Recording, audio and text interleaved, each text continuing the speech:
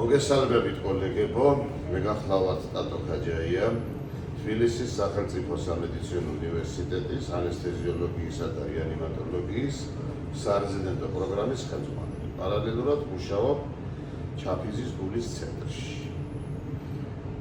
მედიცინაში საკმაოდ ხანგრძლივად ვარ 1979 წლიდან და მეორე არჩევანიც რომ მქონდეს, ალბათ იგივე დარგში დავუკვირდებოდი.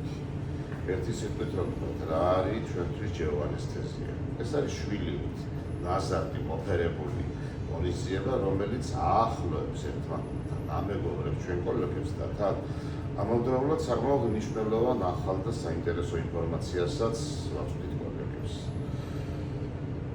წლევანდელი კონფერენციის პროგრამა სეფსისი წინა პლანზე წამოწევა მისი გამბერებულია მრავალი ფაქტორით. უმთავრესია ის, რომ არამარტო საქართველოში, არამედ მთელ მსოფლიოში რეანიმაციის განყოფილებაში მკურნალობაზე მყოფი პაციენტის 62-63% საბოლოოდ სეფსისით იკვებება. მისი ეთნოსათა ამოწურვა შესწავლა შეუძლებელია, რადგანაც გამომწვევი ფაქტორები საკმაოდ ცვალებადია და რთულია სამართავად. აქედან გამომდინარე მიმაჩნია, რომ სავსებით ლოგიკურია სეფსისისთვის ჯეოანესთეზია 2026-ში თავარი პრიორიტეტული სტატუსის მიღება. რას უსურვებ ჩემ ახალგაზრდა კოლეგებს? შრომა და შრომა. მარადმჟავს და უწყვეტად. რატომ უნდა მიიღოს მონაწილეობა ჯეოანესთეზიაში ჩვენმა კოლეგებმა? არა იმისთვის, რომ რაღაც კრედიტ-პულა მიიღო.